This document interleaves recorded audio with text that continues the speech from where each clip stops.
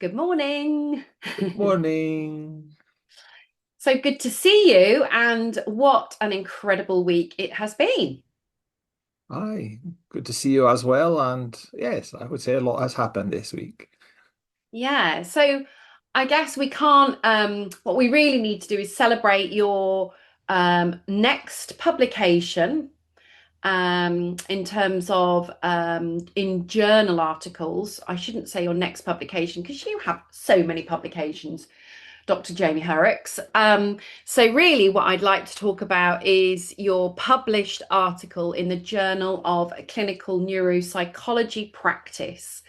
And the title is When Delay is Category Error, Gestalt Processing and Misreading Autistic Development. There we go. That little natty little title there. Wow, that's quite a mouthful. And I'm sure I missed a word out. But anyway, um, apologies. But let's think first of all about category error, because that feels like quite a big theme across what you've been talking about, also in some of your essays this week. I don't want to get to like PhD, to stats, to experimental science. I want to kind of keep it humble and real. But I mean, if you can imagine, like you take your car into the shop and it's a Japanese car. And so of course everything is metric. And your mechanic only has imperial tools. And he says, "Well, ma'am, there's something wrong with your car. I can't work on it. It's I don't know. We just need to bin the thing and be done with it and get a proper car."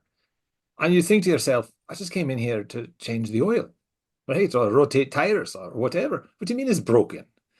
And so the category error there is they're using the wrong tool in Mm, trying to assess your car and trying to deal with your car.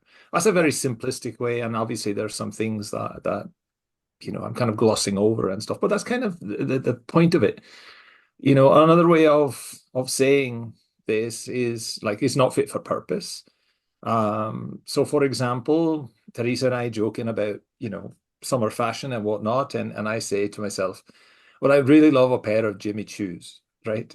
And I know that they don't come in size 17, which I would need. And so, can we say that Jimmy Choo's is broken, wrong, or whatever? No, they're just obeying the market and whatnot. And there's not too many people that would want to buy Jimmy Choo's that wear size 17.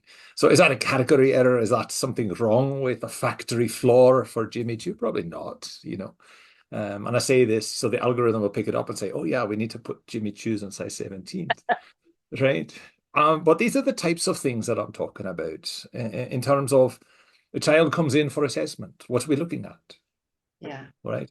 And so if we're using a battery of assessment instruments, tools, and these are normed, they're tested, but people like me are not in that test. They're not in that norm. They're not in that sample. How good will it be? mm, Right. And so part of No Place for Autism was I could not see myself in this profession that I was entering into teaching. The American teaching profession is very vocal about inclusion, about these spaces where students with IEPs can come in and they can feel fully supported. And that's yeah, wonderful.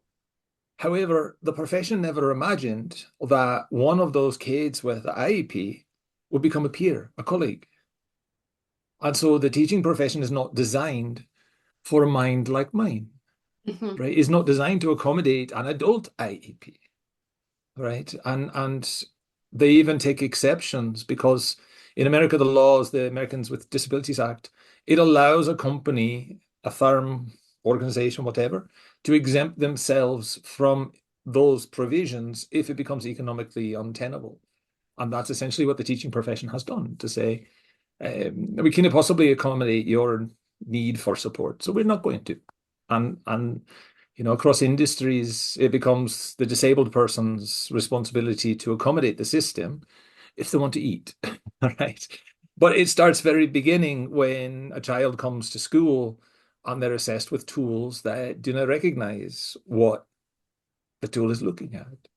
Yeah, exactly. And I think if, again, it's like this not taking things so literally, thinking about some of the children that we're working with who are um, scripting or using echolalia, the number of times I've heard people say, oh, that's just a learnt chunk. It doesn't mean anything. But actually, when you start getting curious and you think, well, why are they using that? What purpose does that phrase? Where's it come from? Why are they constantly using it in this situation? Suddenly, there's like a little, if you start drawing the dots, you suddenly become more in tune. And I've seen with children, because I've seen it myself working, where you got my message. It doesn't maybe relate. It's not literal in its interpretation of what they're talking about, but it is definitely meaningful.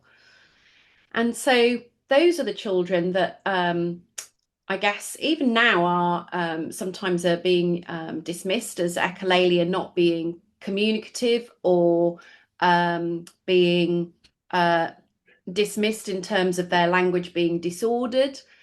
Um, but actually, they're not. It's just a totally different way of how they're acquiring language, a different pathway, as you described so beautifully. Well, I think, we have to go back to before you or I were born into behaviorism and kind of the functional things, Mm, right? And I think about my students in another week, they'll be taking a very consequential test in their academic life, the mathematics test that will place them in their maths class for colleges. And so we're doing a lot of test prep and stuff and building scripts that will help them in the moment because they kind of be in there. And because it's a private corporation that runs this test, it's like a departure from the public school into this segregated environment controlled by the corporation, and they don't allow the accommodations. So providing them the scripts. And so one of the things they'll be tested on is functions. And functions are just input output machines. And a lot of speech and language treats language like input output, right? Cathy gives me this input, I provide this output. And there should be a kind of a one-to-one correlation with that, right? Are you hungry? Yes. Do you need toilet? Yes. Right? Not, there's no room for, do you need toilet and some stored script? Well, you should never doubt what no one's quite sure about. What does that mean? Right? And so nobody ever really asks, what does that mean? There's a lack of curiosity, right? I put this input in, I got that output out. What does it mean? How does it mm, correlate? How does it correspond? And then I notice, so if I draw up a T table with inputs and outputs, and I'm curious about this, like whenever I give this input, I get this output. Okay, so let's parse what that means. I don't see a lot of that in my practice for sure, and I can't speak for language therapists, but I can speak to the lack of curiosity. When I'm observing classes on students, I can see almost perfectly certain students, they lack the scaffolding internally. As soon as rigor is applied, as soon as language needs escalate, Miss, can I go to the toilet? Miss, can I go get water? Right? And so you might think that's just a regular, Johnny's thirsty, or Johnny has to pee. Um, But when you start doing inputs and outputs and you start thinking about the functions of things in that way, not from a behaviorist standpoint of like, what thing am I trying to acquire or what thing am I trying to escape, but from a greater standpoint of what does that represent? What does that mean to them? Right. And that's why I think I really like the PTMF. They're responding to power, right? That has basically threatened them, right? We're elevating the language of this because at grade level you must speak like this. So they're responding to that power. They're threatened by, they've made meanings from it. I cannot handle this. I cannot have a conversation. I cannot be judged this way. I'm going to look stupid and foolish. And the girl that I really fancy is sitting over there and she's going to see this. So may I use toilet? Right. And that's where we end up. So a lot of that category error is, do we actually know what we're looking at? Yeah. And I also, it makes me think as well about those children who, and I am really guilty of this in the past until I learned and understood about Gestalt language processing, where even now I read in reports they communicate their spoken communication is jargon, so it doesn't mean anything. Now, I see lots of young children who have lots of long, unintelligible patterns because their motor development hasn't caught up with their how much speech that they're using. And so it's hard to understand what they're saying. But if you tune in and you really listen and you get curious, that's where you can pick out where that script has come from. So, and it sort of, I'm saying this because then I'm reflecting, Jamie, on some of the things that you've said in the past about how your voice has changed, where you've picked a script up from somebody, your language has changed because you've learnt that as a gestalt and it's become part of, part of you then, and you might be using it, in a different way. But these children are being dismissed as not being intentionally communicative when they are. Another category error. Aye, aye. And imagine the internal landscape of somebody who's continuously misread, Yeah. right? And, Jamie, use your words, use your words. Well, Yeah. I'm using my words. What you think I'm doing, right? And there is this kind of default assumption that language works the same for everybody, and it doesn't.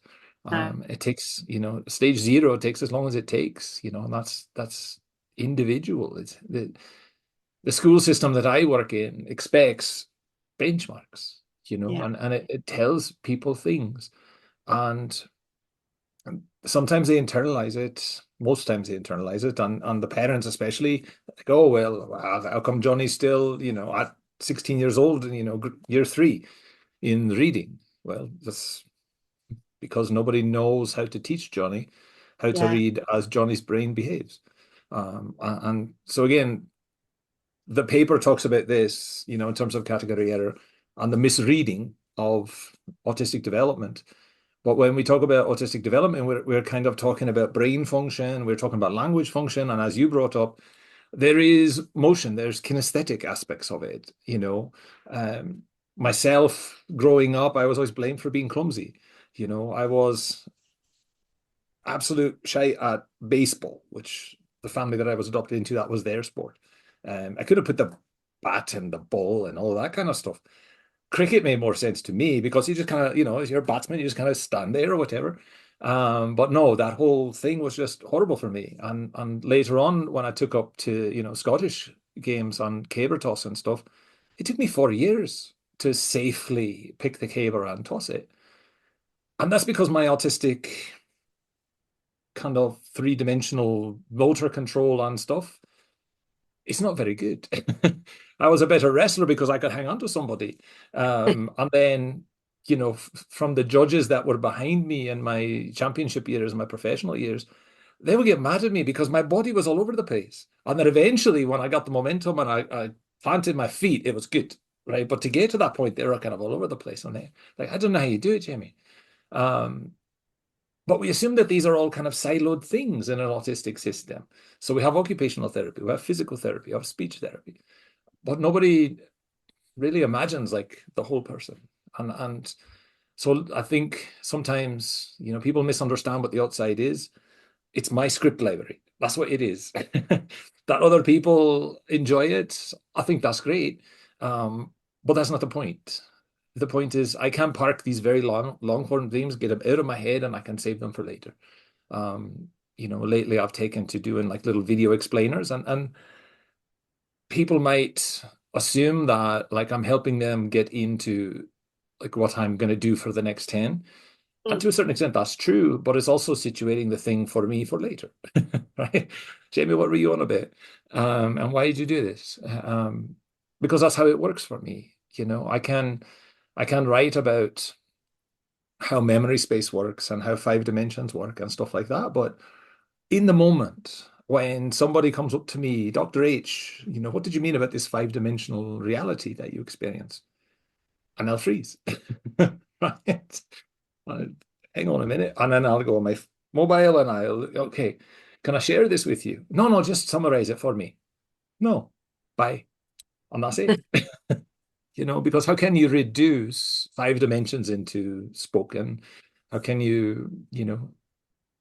so I I think I'm at the point now, the age now where I've kind of stopped trying that. And if people like, I don't want to say this with any kind of vanity, but a person that I had been working with in the past asked me about doing TED Talk, and I had no real understanding of like the logistics of TED Talk. And Hmm. so I asked them like, tell me about TED Talks and stuff. And they say, well, it's like 8 to 10 minutes. It's like a very specific point. I'm out already. 8 to 10 minutes too short. I'll stick to my long form stuff. But that's Gestalt grown up. Yeah. That's what it looks like. And the need to complete the whole as Aye, well. You can't just start, okay, I'm going to do this little bit and then stop because I still need to do that other section. aye. That And those 15 other pieces. exactly. Well, unfortunately, we don't have time for 15 other pieces today, Right. but I do have a favour to ask you. Aye. I wondered if you would agree to be guest on my new podcast, Gimme Five, please. Yes, of course. Of course. I love that. My new podcast. Aye, that would be grand. I would love to. I'm flattered. Oh, thank you. Thank you so much. I so enjoy our chats. And I feel again like this one is going to be one, the themes are just going to keep interweaving in all of our conversations. So I look forward to seeing you next week. Aye, And as do I. no doubt maybe we can sort a little gimme five in between. Aye, that would be grand. And, there's no new paper coming on the way, but it's like, We're just waiting for your book now, Jamie. aye. So, but no, I think the new podcast is just fabulous, and I look forward to it. And I know it'll be a smash. Thank you. Thank you. Well, until next week, I will say adios. Adios, and have a great afternoon. You too. Bye now. Bye bye.